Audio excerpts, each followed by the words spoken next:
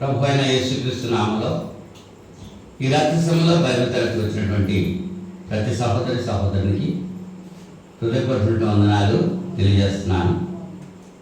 అలాగే ఆన్లైన్లో వాక్యం వీక్షిస్తున్నటువంటి ప్రతి సహోదరునికి చింతపల్లిలో ఉన్నటువంటి క్రీస్తు సంఘం తరపుగా హృదయపూర్వక వందనాలు తెలియజేస్తున్నాను. వాట్సాప్లో వాక్యం చూస్తున్నారు, యూట్యూబ్లో వాక్యం చూస్తున్నారు, అలాగే స్టేటస్లో కూడా వాక్యం చూస్తున్నారు. అందరినీ కూడా దేవుడు దీవించాలని మనం ప్రార్థన చేద్దాం.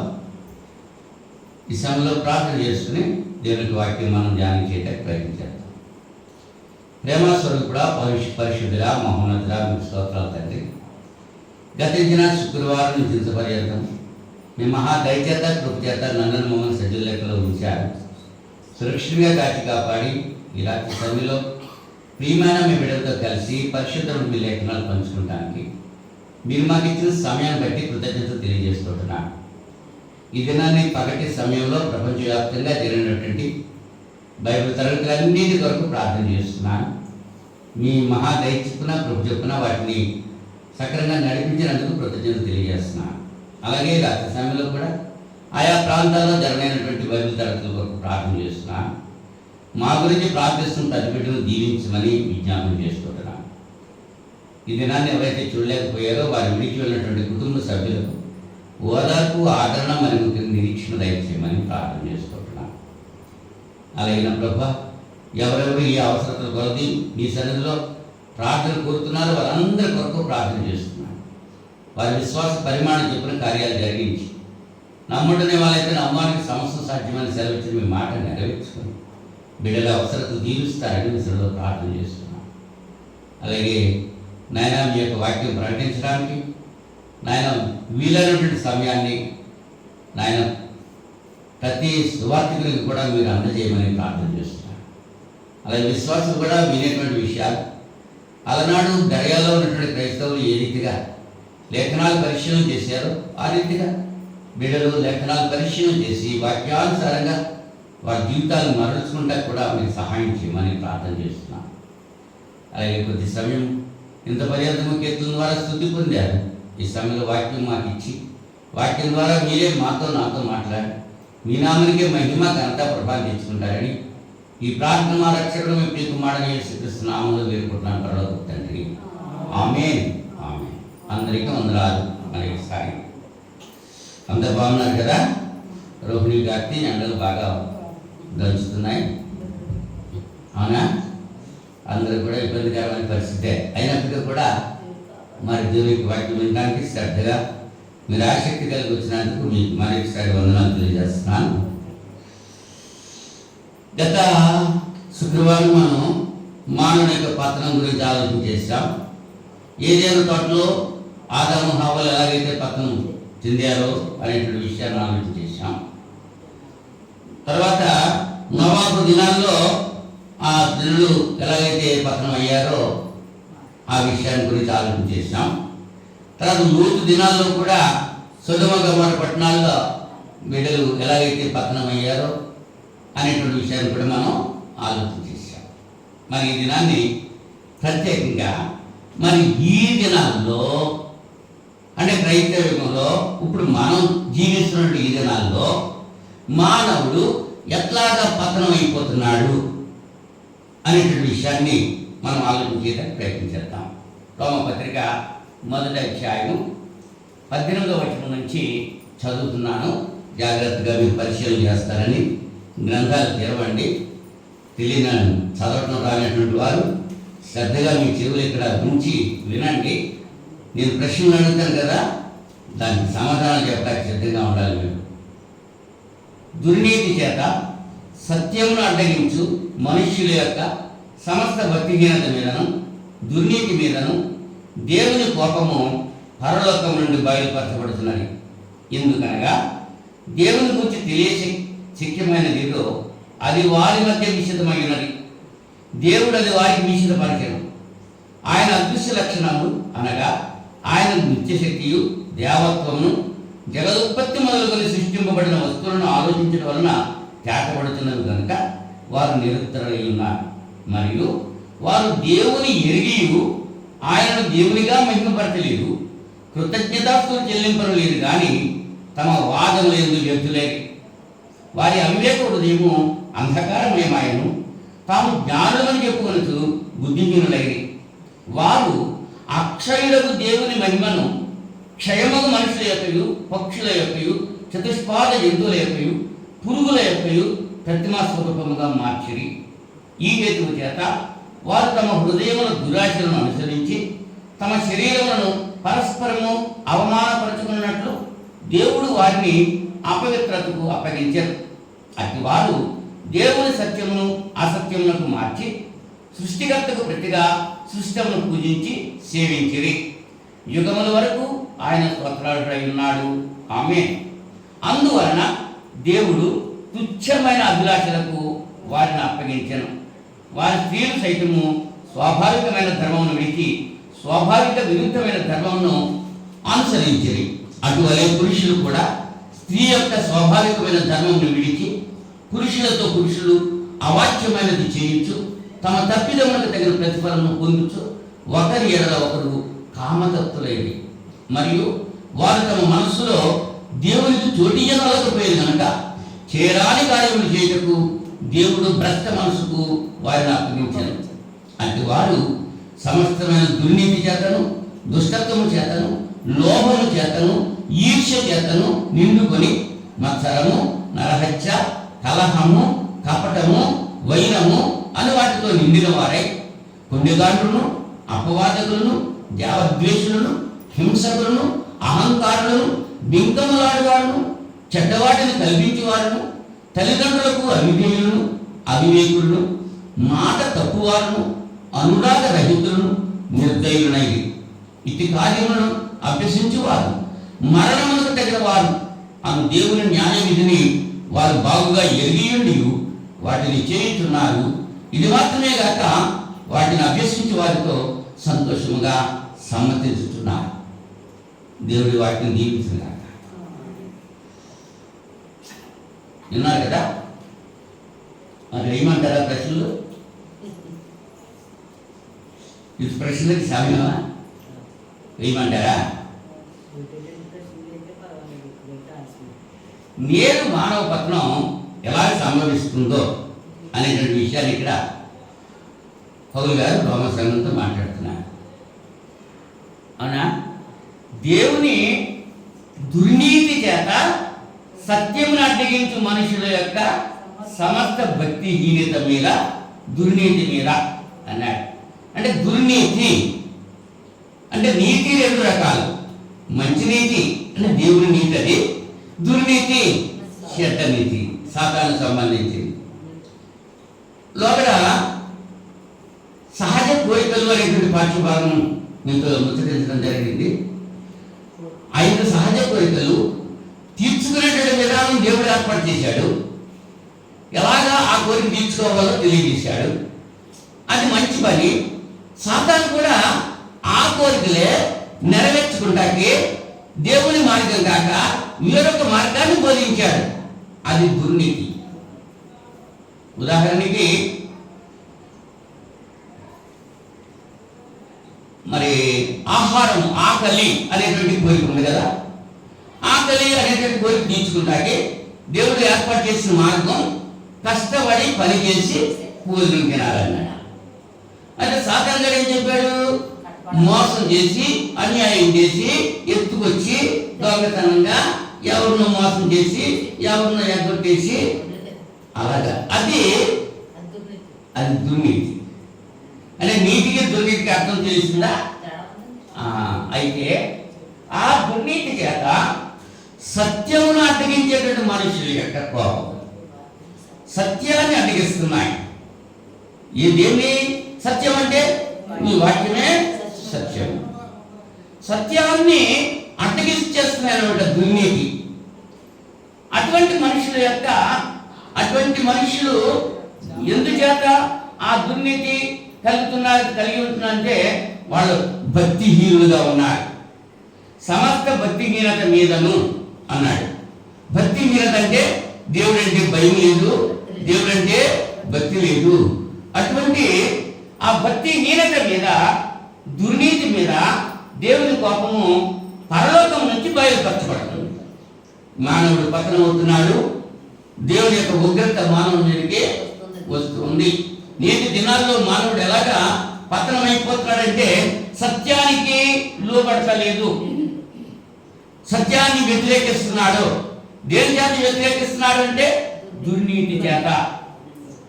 అంటే దేవుని వాక్యం ఆదివారం ఆరాధన పెట్టమని చెబుతుంది, అది దేవుని యొక్క నీతి. దుర్నీతి ఏం చేస్తుంది? నువ్వు వెళ్ళొద్దు, నువ్వు ఫంక్షన్కి వెళ్ళిపో ఆదివారం, నువ్వు పనికి వెళ్ళిపో ఆదివారం, నువ్వు వ్యాపారం చేసుకో ఆదివారం, నువ్వు ఉద్యోగం చేసుకో ఆదివారం, నువ్వు పని చేసుకో ఇంట్లో ఉండి ఆదివారం అని చెప్పేది ఎవరు? దుర్నీతి, సాతాను. అని సత్యమేమో ఆదివారం ఆరాధనకి వెళ్ళమంటే దాన్ని నమ్మనివ్వట్లేదు. ఈ దుర్నీతికి అడ్డం చేస్తుంది, దుర్నీతి చేత సత్యాన్ని అడ్డగిస్తుంది. అటువంటి వ్యక్తుల మీద దేవుని యొక్క ఉగ్రత వస్తుంది, దేవుని యొక్క ఉగ్రత వస్తుంది. ఎందుచేత వస్తుంది అంటే దేవుని గురించి తెలియశక్యమైనది ఏదో వారి మధ్య తెలియజేయబడింది. దేవుడు అంటే ఎవరో తెలిసిందా లేదా? దేవుడు మానవుడు అంటే ఎవరో తెలిసింది, దేవుడు అంటే ఎవరో తెలిసింది, దేవుని యొక్క లక్షణాలు ఏంటో తెలిసింది.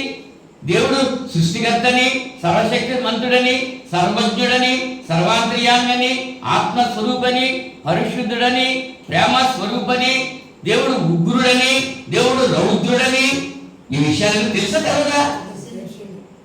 తెలుసు. తెలుసుండి కూడా దేవుడు వారికి విశుద్ధపరిచినప్పటికీ కూడా ఏం చేస్తున్నాడు? దేవుని ఆజ్ఞ మీరుతున్నాడు, అదే పతనమైపోతున్నాడు. దేవుని గురించి, దేవుని సృష్టి, దేవుని సృష్టిలో ఉన్న వస్తువులను చూస్తే వీటిని దేవుడు సృష్టించాడనే ఆలోచన మానవుడు కలుగుతాడు. సూర్యుడిని ఎవరికి కలిగేశారు? మనకు దేవుడు జ్ఞాపకాట. కానీ వీళ్ళేం చేస్తున్నారు? దేవుడిని విడిచిపెట్టేసి సూర్యుడికి దండం పెడుతున్నారు. అంటే పతనమైపోయినటువంటి స్థితి ఎట్లా ఉందో. దేవుడు కలిగేసిన భూమి, దేవుని విడిచిపెట్టేసి భూమికి దండం పెడుతున్నారు. మానవుడు కలిగేసిన ధనం, ధనాన్ని ఎవరు కలిగేశారు? మానవుడు కలిగేశాడు. దేవుని విడిచిపెట్టేసి ఈ ధనాన్ని పూజ చేస్తున్నారు. సంవత్సరం ఒకసారి లక్ష్మీ పూజ అంటే చేస్తూ ఉంటాడు. ఉన్నటువంటి వస్తువులన్నీ గృహంలో ఉన్నటువంటి ధనం అంతా పట్టుకొచ్చి వాడు పెట్టేసి దాన్ని పూజ చేస్తూ ఉంటాడు. ఏంటది? అది ఇచ్చింది ఎవరు? అసలు ఇచ్చిన దేవుని విడిచిపెట్టేశారు, దేవుని పూజ చేస్తున్నారు. అందుచేత దేవునికి ఏమైంది? కోపం వచ్చింది. ఇప్పుడు మన పిల్లలు ఉన్నారు, మన పిల్లలకి మనం వస్త్రాలు ఇస్తున్నాం, మన పిల్లలకి ఆహారం పెడుతున్నాం, మన పిల్లలకు కావాల్సిన అవసరాలన్నీ తీరుస్తున్నాం. ఎవరు తీరుస్తున్నారు? తల్లిదండ్రులు తీరుస్తున్నారు. కానీ మన పిల్లలు వెళ్ళి ఇతరులకి సాష్టాంగ నమస్కారం చేస్తున్నారు. మీరు మాకు ఇచ్చారు కాబట్టి మీకు స్థుతులు చెల్లిస్తున్నాం అంటున్నారు. అప్పుడు మనకి తల్లిదండ్రులకు ఇచ్చిన తల్లిదండ్రులకు ఎలా ఉంటుంది?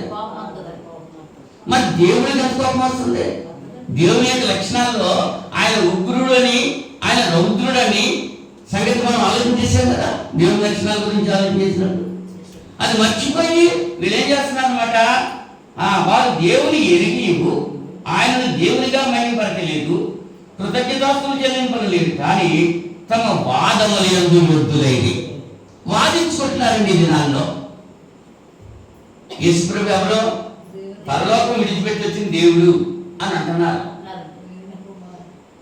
వాక్యం ఏం చెప్తుంది? దేవుడు కుమారుడు అని చెప్తుంది. సత్యమును అడ్డగిస్తున్నారు దుర్నీతి చేత. అవునా? ప్రతి ఆదివారం రొట్టె వెళ్తారు మేము కూడినప్పుడు అని సత్యవాక్యంలో తెలియజేస్తుంది. కానీ మరి దాన్ని ఎదురు ఏం చేస్తున్నారు? నెలలో ఒక వారమే రొట్టె విరుస్తున్నాం అంటున్నారు. ఒక్కొక్కరు మొదటి వారం అంటారు, ఒకరు రెండో వారం అంటారు, మిగిలిన చింతలాగా అలా ఉంటారు. అవునా? అది వాక్యం ఏం చెప్తుంది? ఆదివారం రొట్టె విరుచులకు మేము కూడినప్పుడు. అపొస్తలుల కార్యాలు 21:7 ఉంది అక్కడ. కానీ దుర్నీతి చేత సత్యమును అడ్డగించేటువంటి మనుషులు ఏం చేస్తున్నారు? నెలలో ఒక వారమే, అన్ని వారాలు కాదు, లేకపోతే సంవత్సరంలో ఒక్కసారే అని ఈ సత్యాన్ని అడ్డగించేటువంటి దుర్నీతి వాడు. అటువంటి వారి మీదకి ఏం వస్తుందన్నమాట? దేవుని యొక్క ఉగ్రత వస్తుంది. తెలియని వాడు తెలియనట్టు ఉండలేదు, తెలుసున్న దాన్ని తెలిసిందని కూడా అనుసరించట్లేదు. అనుసరించే వారిని కూడా ఏం చేస్తున్నారు? అడ్డగిస్తున్నారు, బెదిరిస్తున్నారు, ఎగతాళి చేస్తున్నారు, వాదిస్తున్నారు. వాడు వాదముల యందు అంటున్నాడు ఇక్కడ, వ్యక్తులైపోయి వాదిస్తున్నారు. యేసు ప్రభు మరియమ్మ పుట్టాడా అంటే మరియమ్మగా పుట్టాడు. మరి ఎవరిని ఆరాధించాలి? యేసు ప్రభుని ఆరాధించాలా, మరియమ్మని ఆరాధించాలా? లేఖనంలో యేసు ప్రభుని ఆరాధించాలంటే వీరేం చేస్తున్నారు? మరియమ్మని ఆరాధిస్తున్నారు. అది మరి దుర్నీతి చేత సత్యమును అడ్డగించేటువంటి మనుషులు. వాళ్ళ మీద ఏమవుతుందన్నమాట? దేవుని యొక్క ఉగ్రత వస్తుంది. పతనమైపోయినటువంటి మానవం వీరిలాగా దేవునికి కృతజ్ఞతలు చెల్లించట్లేదు. కానీ వాళ్ళు ఎందుచేత వాళ్ళు ఎద్దులైపోయారు? వారి యొక్క అవివేక హృదయము అంధకారమయమైపోయింది. 22వ వచనంలోనే మనం చూస్తున్నాం. వారి అవివేక హృదయము అంధకారమైంది. ఒకటి, దేవుని సత్యాన్ని అడ్డగిస్తున్నారు. దేవుడు చెప్పిన సత్యాన్ని అడ్డగిస్తున్నారు. దేవుడు చెప్పిన సత్యం ఏంటి? నీవు భూమి మీద దీర్ఘాయుష్మంతుడిగా ఉండగలిగినట్లుగా నీ తల్లిని తండ్రిని సన్మానించమని లేఖనం చెబుతుంది. వాళ్ళేం చేస్తున్నారంటే దేవునికి ఏదైతే నీ తల్లికి తండ్రికి అవసరమో అది దేవాత్మకం అని చెప్పే సరిపోద్ది, నీ తల్లిదండ్రులకి ఇవ్వటం లేదు అని మీరు చెప్తున్నారు. అదే యేసు ప్రభు యూదులతో వాదించారు. మీరు ఇలా పారంపర్య ఆచారాలను బట్టి దేవుని యొక్క వాక్యాన్ని నిరర్థకం చేసేస్తున్నారు. మీరు అన్నిటిలోనూ దశమ భాగం అని ధర్మశాస్త్రం చెబుతుంది. కానీ మీరేం చేస్తున్నారు? శాస్త్రుల పరిచయాలు పుదీనాలను సోంపులను అంటే చిన్న చిన్న వస్తువుల్లో ఇస్తున్నారు. అలాగా ధర్మశాస్త్రంలో అలా చేశారు. మరి క్రైస్తవంలో మనం ఏం చేస్తున్నాం? వడ్డీలను కొద్ది ఇవ్వాలి. కోడి గుడ్డేస్తే పట్టుకొచ్చి గుడ్డేస్తున్నారు ఇక్కడ. మరి పిల్లలు చెప్తే పిల్లట్టుకొచ్చి ఇక్కడ పెడుతున్నారా? మేక ఏంటంటే పాలట్టుకొచ్చి చెప్తున్నారు ఇక్కడ. మరి మేక పిల్లలు పట్టుకొచ్చి చెప్తున్నారా? చెప్పండి. మరి ప్రతి దాంట్లో ఇవ్వాలి దశభాగం. అక్కడ ధర్మశాస్త్రంలో వాళ్ళకి ఇచ్చారు, అది మనం వడ్డీలను కొద్ది ఇవ్వాలి. కానీ వాటిని మానక వీటిని చెయ్యండి అని యేసు ప్రభు చెప్పారు. వాటిని మానద్దు, వీటిని చెయ్యండి. ఏది చెయ్యాలి? ప్రేమ, కనికరము, సమాధానము కలిగి ఉండాలి. అవంటట్లా అదే మీకా గ్రంథంలో చెప్తున్నాడు, మనుషుడా ఏది ఉత్తమమో నీకు చెప్పాను కదా, అది దీన మనసు కలిగి దేవుని సన్నిధిలో నువ్వు వినయంగా జీవించడం ఒకటి, తర్వాత దేవునికి ఇష్టం కాని కార్యక్రమాలు చేయడం మానేయటం, నీతిని అనుసరించి జీవితం, ఇదే కదా నేను కోరుకున్నాను అంటున్నాడు. అవి మానేశాడు. పొరుగువాడిని ప్రేమించడం మానేశాడు. పొరుగువాడిని దోచుకుంటూ మొదలెట్టాడు. న్యాయ ప్రవర్తన లేదు, అన్యాయం చేస్తున్నారు. మాట నిలబెట్టుకుంటా లేదు, మాటను తప్పుతున్నారు. అటువంటి పరిస్థితి కలిగి ఉండే చేత, ఈ హేతువు చేత ఇంకా వాళ్ళకి ఏం చేశారు? వారు అక్షయులకు దేవుని మహిమ 23వ వచనంలో క్షయమగు మనుషుల యొక్కయు పక్షుల యొక్కయు చతుష్పాద జంతువుల యొక్కయు పురుగుల యొక్కయు ప్రతిమా స్వరూపముగా మార్చేది. అక్షయుడు అంటే నాశనం లేనటువంటి వాడు. అటువంటి నాశనము లేనటువంటి దేవుని యొక్క స్వరూపాన్ని, దేవుని యొక్క మహిమను వేటికి ఆపరిస్తున్నారు? క్షయమైపోయేటువంటి మనుష్యులకు ఇస్తున్నారు. మనుష్యుల్ని పూజ చేస్తున్నారు. మనుష్యులకి సాష్టాంగ నమస్కారం పెడుతున్నారు. మనుష్యుల్ని ఇదో ఏం చేస్తున్నారు? మహింపరుస్తున్నారు. కొరింథీ సంఘంలో అదే జరిగింది. కొరింథీ మొదటి పత్రిక 1వ అధ్యాయం 10వ వచనంలో మనం ఆలోచన చేస్తే ఇక్కడ ఒకడు పౌలు వాడు, ఒకడు అపోల్లో వాడు, ఒకడు కేఫా వాడు అని అంటున్నారు. దాన్ని ఖండించాడు పౌలు గారు. అవునా? క్రీస్తు విభజింపబడున్నాడా? 13వ వచనంలో పౌలు మీ కొరకు సిలువ వేయబడినా, పౌలు నామం మీద బాప్తిస్మం పొందిందిరా అని వాళ్ళని అడుగుతున్నాడు. అంటే ఎవరు? పౌలా, అబుల్లా, కేఫా, ఇంకెవరు? మనుషులు ఏర్పాటు చేస్తున్నారు. ఆ దినాల్లో వాళ్ళు ఒప్పుతున్నారు. వాళ్ళ మాట అవునంటే వాళ్ళు ఏం చెప్తే చేస్తున్నారంటే తప్ప వాక్యాన్ని అనుసరించట్లా. మనుషులు పద్ధతులు, దైవోపదేశాలను బోధిస్తున్నారు. అలాగే చేస్తూ ఉంటున్నారంటే బాప్తిస్మం ఉంది. యేసు ప్రభు ఎలా బాప్తిస్మం పొందారు? ముంచడం బాప్తిస్మం పొందారు. బాప్తిస్మం యోహాను యోర్దాను నదిలో యేసు ప్రభుని ముంచి బాప్తిస్మం ఇచ్చారు. అది లేఖనం చెబుతుంది. కానీ ఇవాళ ఆ సత్యాన్ని అడ్డగించేటువంటి దుర్నీతి పనులు ఏం చేస్తున్నారు? చిలకరింపు బాప్తిస్మం అంటున్నారు. నీళ్ళతో చిలకరింపు చేస్తారు. ఇదే బాప్తిస్మం అంటున్నారు. ఆ చిలకరింపు అన్నది ఇందులో ఉందా? ఏం రాసు చింతలు పలుకుని చూసారు. అవునా?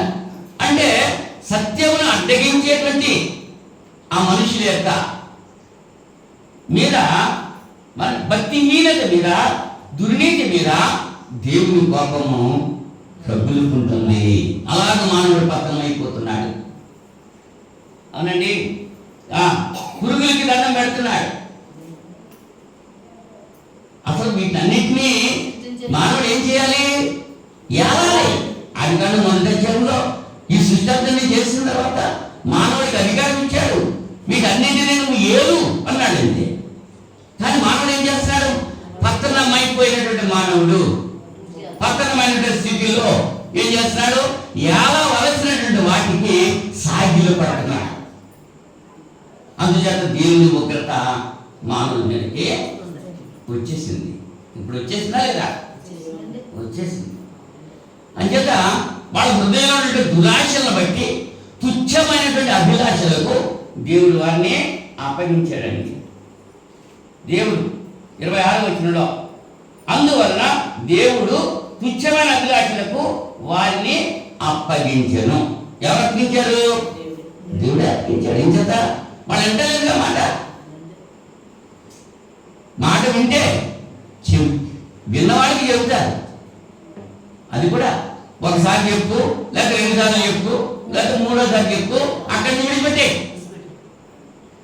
వాడి ఎన్నిసార్లు చెప్పినా విన్నటువంటి వాడు ఏమవుతాడు? నాశనం అవుతాడు. నాశనం అవుతాకే వింటలేదు.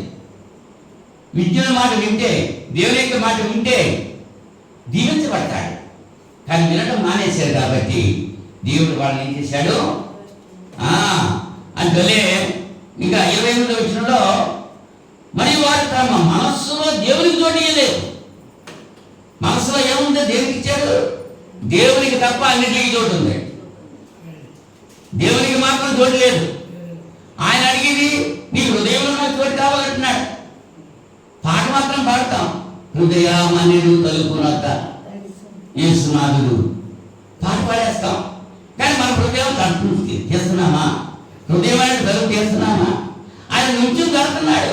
బిడా నువ్వు తలుపు తీయి, నేను నీలో వస్తాను, నీవు నేను కలిసి భోజనం చేద్దాం. నాలో నీ ఉండాలి, నీలో నేను ఉండాలి అని దేవుడు కోరుకుంటుంటే మనవాడు ఏం చేస్తున్నాడు? తలుపు వేసేసుకుని నువ్వు నీకు మాత్రం చోటు లేదు, నాలో మిగిలిన అన్నింటికి చోటు ఉంది, కానీ నీకు మాత్రం చోటు లేదు అంటున్నాడు మానవుడు. అంచేత దేవుని యొక్క ఉగ్రత మానవుడి మీద వచ్చేసింది. ఇప్పుడు ఆ దినాల్లోనే మనం ఉన్నాం. దేవుని యొక్క ఉగ్రత దినాల్లో మనం ఉన్నాం. కానీ ఏమంటే వెంటనే రావట్లేదే. అంటే ఆయన సమయం ఇస్తున్నాడు. ఇప్పుడైనా వారు మనసు పొందుతారేమో, ఇప్పుడైనా ఎదుగుతారేమో, ఇప్పుడైనా దేవుడిని తెలుసుకుంటారేమో, ఇప్పుడైనా దేవుడి మాటకు లోబడతారేమో, ఇప్పుడైనా దేవుడి సన్నిధికి వస్తారేమో. దేవుడు చూస్తున్నాడు చూస్తున్నాడు చూస్తున్నాడు. మన దేవుడు చూస్తుంటే ఎదురు చూస్తున్నాడు. ఆయన పిలుస్తున్నాడు, భ్రష్టులైన పిల్లరా తిరిగి రండి, నేనే మీ యజమాని అని పిలుస్తున్నాడు. పిలుస్తుంటే మీరు యజమాని ఆయనే చెప్పుకుంటే పిలుస్తుంటే దాసిల్లి యోహాను అలాగే వెళ్తున్నాడు అనుకో, ఒరే యోహాను నేను నీ తండ్రిని రా దాసుని రా నేను అని పిలుస్తున్నాడు అనుకో, హే నువ్వు అలా ఉండు నేను అలా వెళ్ళిపోతాను అని వెళ్ళిపోతున్నాడు అనుకో, ఎలా ఉంటుంది? మరి దేవుడు మనం సృష్టించాడు, దేవుడు మనకి తండ్రిగా ఉన్నాడు, దేవుడు మనకి సమస్యను దయచేస్తున్నాడు. ఆయన విడిచిపెట్టేసి మనం ఎక్కడికో వెళ్ళిపోతుంటే మరి దేవుడికి ఏం రాదు? ఆ కోపంతో ఉన్నాం అని చెప్పి వారు నిర్వహించలో మరియు వారు తమ మనస్సులో దేవుడికి చోటీయని పేరు కనుక చేయరాని కార్యములు చేయటకు దేవుడు భ్రష్ట మనస్సుకు వారిని అప్పగించాడు. ఇందాకేమన్నా దేవుడు చెప్పాడుగా, తుచ్చమైన అభిలాషలకు వారిని అప్పగించాడు. 26వ వచనంలో తుచ్చమైన అభిలాషలకు వారిని అప్పగించానండి. ఇక్కడేముంది? 28వ వచనంలో చేయరాని కార్యములు చేయుటకు దేవుడు భ్రష్ట మనస్సుకు వారిని అప్పగించాడు. ఆ భ్రష్ట మనసు పొందినటువంటి వాళ్ళు ఏ లక్షణాలు కలిగి ఉంటారో ఓ లిస్ట్ ఇచ్చేసాడు. ఇక్కడ ఈ లిస్ట్ లో నేను చదువుతాను, ఆ ఎన్ని ఉన్నాయో లెక్కెత్తి చెప్పాలి మీరు నాకు. నేను చదువుతాను, అవునా? దీంట్లో ఎక్కడి నుంచమ్మా? అట్టివారి దగ్గర 29వ వచనంలో సమస్తమైన దుర్నీతి చేతను, దుష్టత్వము చేతను, లోభము చేతను, ఈర్ష్య చేతను నిండుకొని మత్సరము, నరహత్య, కలహము, కపటము, వైరము అని వాటితో నిండిన వారై కొన్నిగారులను, అపవాదులను, దేవద్వేషులను, హింసకులను, అహంకారులను, వింగములాడు వారును, చెడ్డవాటిని కల్పించే వారును, తల్లిదండ్రులకు అవిధేయులను, అవివేకులను, మాట తప్పువారును, అనురాగ రహితులను, నిర్దయులైది. చాలా ఉన్నాయండి. అలాగా ఎన్ని ఉన్నాయో లెక్క చెప్పండి. 21 ఉన్నాయి. మీరు ఖచ్చితంగా లెక్కండి. 21 ఉంటాయి అక్కడ. దాస్ ఖచ్చితంగా గెలిచారు 21. 21 ఇవి ఉన్నాయన్నమాట. ఇట్టి కార్యములను అభ్యసించేవారు, ఈ కార్యాలు 21 కార్యాలు చేసేవాళ్ళంట. దేనికి తగిన వారు?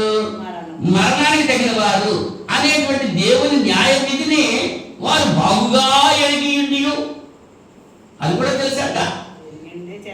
ఈ పని చేస్తే శిక్ష వస్తుంది, దుర్వ్యాపారం చేస్తే శిక్ష వస్తుంది, చెడ్డ లక్షణాలు కలిగి ఉంటే శిక్ష వస్తుంది, దురలవాట్లు కలిగి ఉంటే శిక్ష వస్తుంది, పొరుగువారితో ఎలా ప్రవర్తిస్తే శిక్ష వస్తుంది అని తెలిసి కూడా అది బాగుగా ఎరిగి ఉండియు అని దేవుని న్యాయ విధిని వారు బాగుగా ఎరిగి ఉండియు వాటిని చేస్తున్నారు. వాటిని ఏం చేస్తున్నారు? ఎరిగి ఉండియు చేస్తున్నారు. ఇప్పుడు సారా తాగితే ఊపిరితిత్తులు దెబ్బతినేస్తారు, లివర్ పాడైపోతుందని తెలుసు. పొగ తాగితే ఊపిరితిత్తులు పాడైపోతాయని తెలుసు, క్యాన్సర్ వస్తుందని తెలుసు.